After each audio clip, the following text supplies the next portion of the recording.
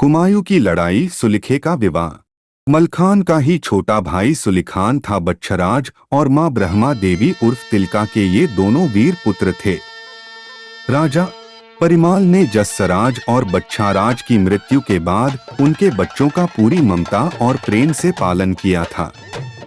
रानी मल्हना ने सब बच्चों को भरपूर प्रेम दिया तथा बच्चों ने भी रानी मल्हना और राजा परिमाल को सदा अपने माता पिता से बढ़कर सम्मान दिया था। महोबा के निकट ही दशपुरवा में बनाफरों ने राजनिवास बनाया था। मलखान सिरसा में राज करने लगा था, परंतु संकेत पाते ही राजा परिमाल और अग्रज आल्हा की सेवा में उपस्थित हो जाता था। एक बार सुलिखान ने निश्चय किया कि बद्रीनाथ भगवान के दर्शन करें तथा केदारनाथ में भगवान भोलेनाथ पर जल चढ़ाएं। राह कठिन है, आठ आल्हा व राजा परिमाल ने मना किया। बनाफरों की तो यही आदत थी, जो ठान ली उसे पूरा करने के लिए जुट गए। फिर मानी किसी की नहीं, मलखान को बुलवाया गया।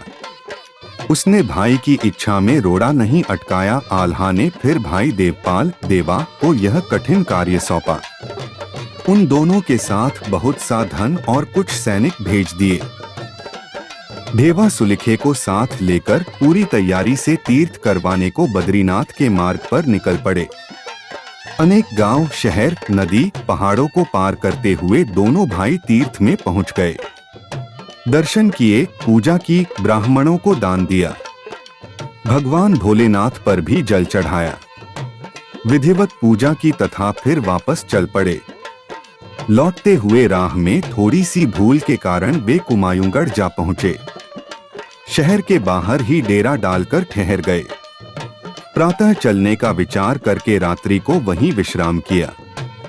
सवेरे उठते ही सुलिखे ने भाई देवा को अपना सपना सुनाया। सपने में उसने एक सुंदर बाग देखा। बाग में सखियों के साथ एक राजकुमारी थी। राजकुमारी का नाम कलावती बताया। कलावती ने सुंदर सुन्नों से गुंथी हुई माला सुलिखे के गले में डाली तथा विवाह के लिए आमंत्रित किया। सपना सुनकर देवा ने कहा, यहाँ हमें रुकना नहीं है, सपने भ्रम होते हैं। परंतु सुलिखान ने इसे भगवान बद्रीनाथ का आशीर्वाद माना। उसने कहा, एक बार यहाँ की राजकुमारी को देखने की योजना बनाते हैं। सपने वाली कलावती वही हुई तो विवाह करना पड़ेगा, यदि वह न हुई तो चुपचाप घर को चले जाएंगे। देवा को मानना पड़ा। अब राजकुमारी को देखने की योजना बनाई गई। दोनों ने अपने हथियार भीतर छिपाए तथा ऊपर से साधुओं का चोला पहन लिया। राजमहल के पास ही गाते बजाते भिक्षाटन करने लगे। दासी ने उनका सुंदर रूप देखा तो जाकर अपनी रानी पद्मा को जानकारी दी। पद्मा ने दासी को भेजकर जोगियों को महल में बुलवाया। रानी ने उनका परिचय पूछा तो देवा ने उत्तर दिया, हम कामरूप की कामाख्या देवी के दर्शन करके आ रहे हैं और अब देवी हिंगलाज के दर्शन करने जा रहे हैं। रानी बोली, सच बतलाओ, तुम पर क्या कोई ऐसी विपत्ति पड़ गई कि जोगी बनना पड़ा? देवा ने उत्तर दिया, रानी जी, तुम्हारा ज्ञान कहाँ गया? अरे, जो भगवान ने भाग्य में लिख दिया उसे कौन मिटा सकता है? पूर्व जन्मों के कर्मों का फल ही तो इस जन्म में भोगते हैं। किसको कहाँ जन्म मिले तथा कैसे जीवन बिताना पड़े, यह सब विधाता के लेख के अनुसार ही भोगना पड़ता है। रानी ने उन्हें भजन कीर्तन सुनाने को कहा तो देवा ने खंजरी बजानी शुरू की और सुलिखे ने बांसुरी की तान छेड़ी। फिर तरह तरह के राग रागिनी सुनाए। रानी बहुत खुश हुई और कहा, अगर तुम दोनों महलों में भोजन कर लो तो कुछ पुण्य हमें भी प्राप्त हो जाए। देवा ने उत्तर दिया, रानी जी, आपका जीवन सफल करने के लिए क्या हम अपना योग भंग कर लें? हमें तो भिक्षा दे दो। डेरे पर हमारे गुरु प्रतीक्षा कर रहे होंगे। भोजन बनाकर ठाकुर जी का भोग लगाकर ही प्रसाद स्वरूप हम भोजन करेंगे। रानी पद्मा ने कहा, अच्छा ठहरो, मैं जरा अपनी पुत्री को बुलवाती हूँ, उसे एक बार अपना प्रवचन सुना दो। फिर भिक्षा लेकर चले जाना। बांदी भेजी और राजकुमारी को बुलवाया। राजकुमारी कलावती अपने साथ पान का बीड़ा भी लेकर आई। रानी ने पलंग पर बेटी को बिठाया और फिर जोगियों से कुछ सुनाने का आग्रह किया। देवा ने डमरू बजाना शुरू किया और सुलिखे ने बांसुरी की तान छेड़ी। कजरी राग से महलों में मोहिनी छा गई। कलावती ने अपने हाथ से पान का जोड़ा सुलिखे को दिया। दोनों ने एक दूसरे को निकटता से देखा। आंखें चार हो गई। पान का बीड़ा मुंह में दिया। सुलिखे और कलावती दोनों अचेत हो गए। पद्मा रानी ने कहा, यह कैसा जोगी है? मेरी बेटी की सुंदरता देखकर अचेत हो गया। मैं अभी राजा को बुलवाती हूँ। पकड़कर जेल में डाल देंगे तो अकल ठिकाने आ जाएगी। थेवा ने बात संभाली। राजकुमारी ने जो पान दिया उसमें तंबाकू था। इधर जोगी ने प्रातः से अब तक पानी भी नहीं पिया। जगह जगह गाते बजाते बुरी तरह थक चुका था, इसीलिए चक्कर आ गया। मेरे साथी को कुछ हो गया तो शाप देकर तुम्हारे महल को भस्म कर दूंगा। हम कोई साधारण जोगी नहीं हैं, हम तपस्वी जोगी हैं। रानी ने भिक्षा की सामग्री दिलवाई और जोगियों को विदा कर दिया। बेटी उठी तो माता ने पूछा कि तुम्हें क्या हो गया था? कलावती ने सच सच बता दिया कि ऐसे सुंदर और जवान योगी मैंने कभी नहीं देखे। मैं तो उनके रूप पर मोहित हो गई थी। डेरे पर पहुंचने के बाद दोनों ने तुरंत महोबा जाने की तैयारी कर ली। पहाड़ी मार्गों से होते हुए कई दिन लग गए। महोबे पहुंचकर सुलिखे उदास दिखाई पड़े तो माता मल्हना ने देवा को बुलाकर उदासी का कारण पूछा। देवा ने कलावती का किस्सा सुना दिया और कहा, सुलिखे की उदासी का उपचार है। कुमायूगढ़ी की राजकुमारी कलावती से विवाह। मल्हना ने मलखे को बुलवाया। मलखान ने सारी बात जानकर समस्या अग्रज आल्हा को बताई। आल्हा ने समझाया, कुमायूं का राजा रतन सिंह है, वहां की लड़ाई कौन संभालेगा? पहाड़ों पर न तोपें काम आती हैं, न हाथी काम आते हैं। घुड़सवार और पैदल ही लड़ पाते हैं। हमारे यहाँ के सैनिक भी पहाड़ी रास्तों में सफल नहीं होते। विवाह के इस विचार को छोड़ दो। पर महोबे वालों ने तो इरादा करके कभी छोड़ा ही नहीं। तभी उदल आ गए। सारी बात जानकर उदल ने आग में घी डाल दिया। कोई बात नहीं, राजा रतन सिंह भी तो राजा ही है। हम सुलिखे का विवाह कलावती से हो करके लाएंगे। भगवान बद्रीनाथ के आशीर्वाद से ही यह कार्य पूरा होगा। पंडित को बुलाकर शुभ मुहूर्त पूछा और राजाओं को बारात के लिए निमंत्रित कर दिया गया।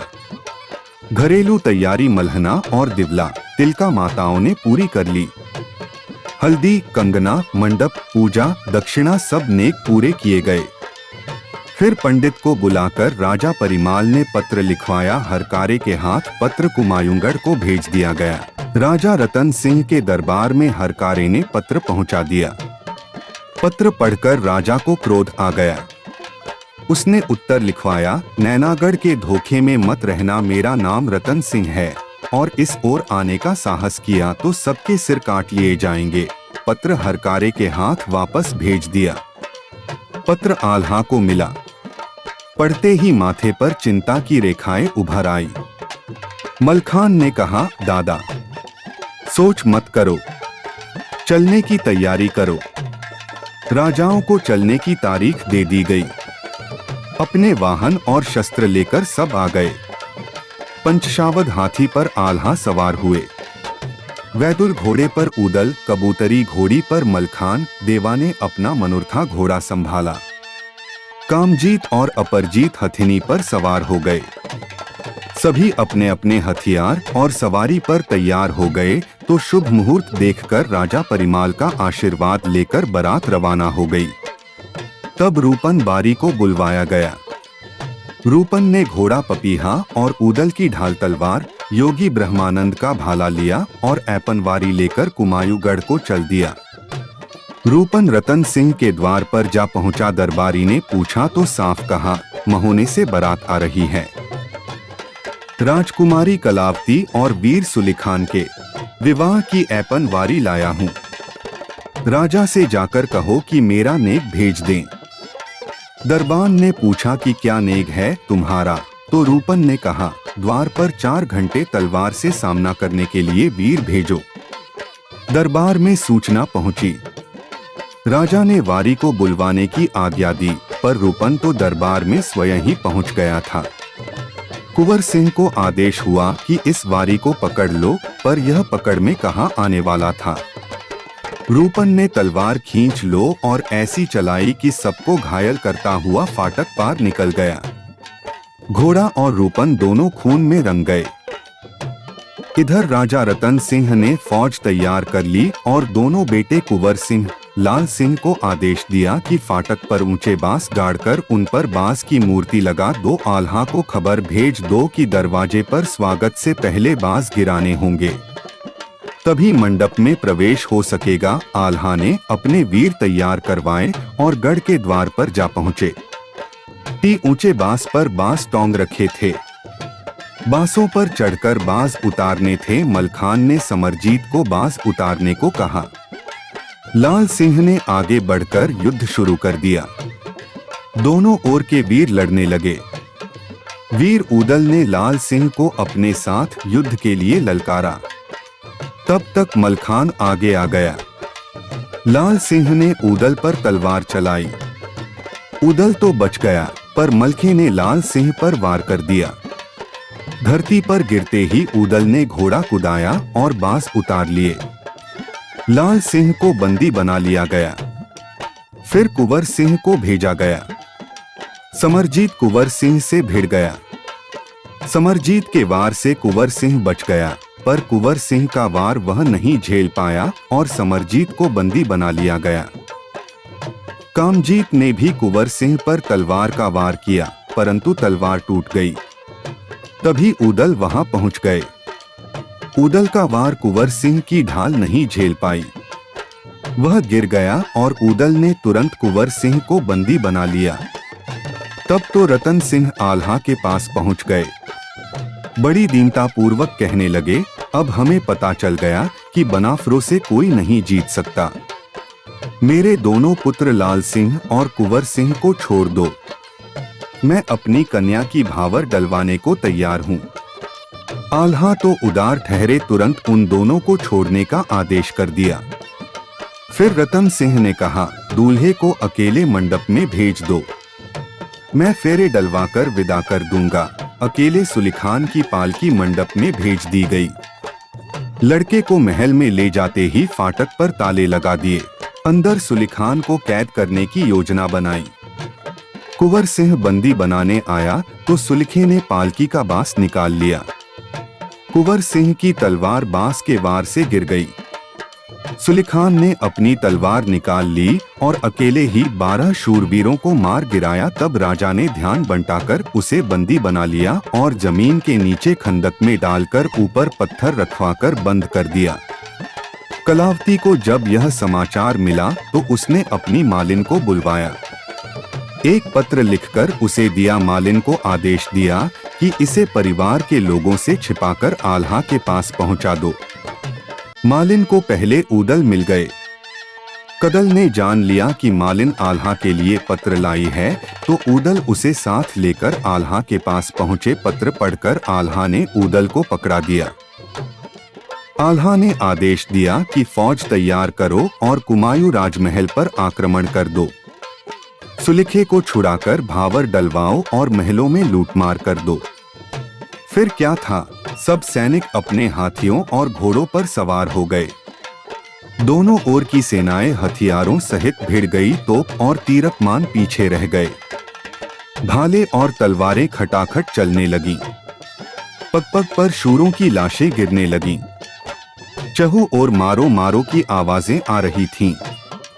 कटोरा भर पानी भी कहीं नहीं मिल रहा था।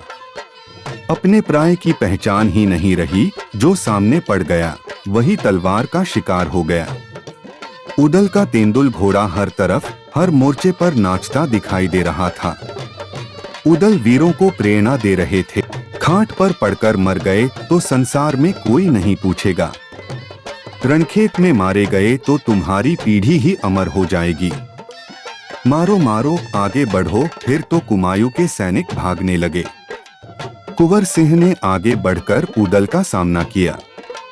कुंवर सिंह ने 3 वार किए, जो कदल ने बचा लिए, परंतु उदल ने जो डाल से धक्का दिया, कुंवर सिंह के गिरते ही उदल ने बंदी बना लिया। लाल सिंह आगे बढ़ा तो मलखान से सामना हो गया। उसे मलखान ने कैद कर लिया।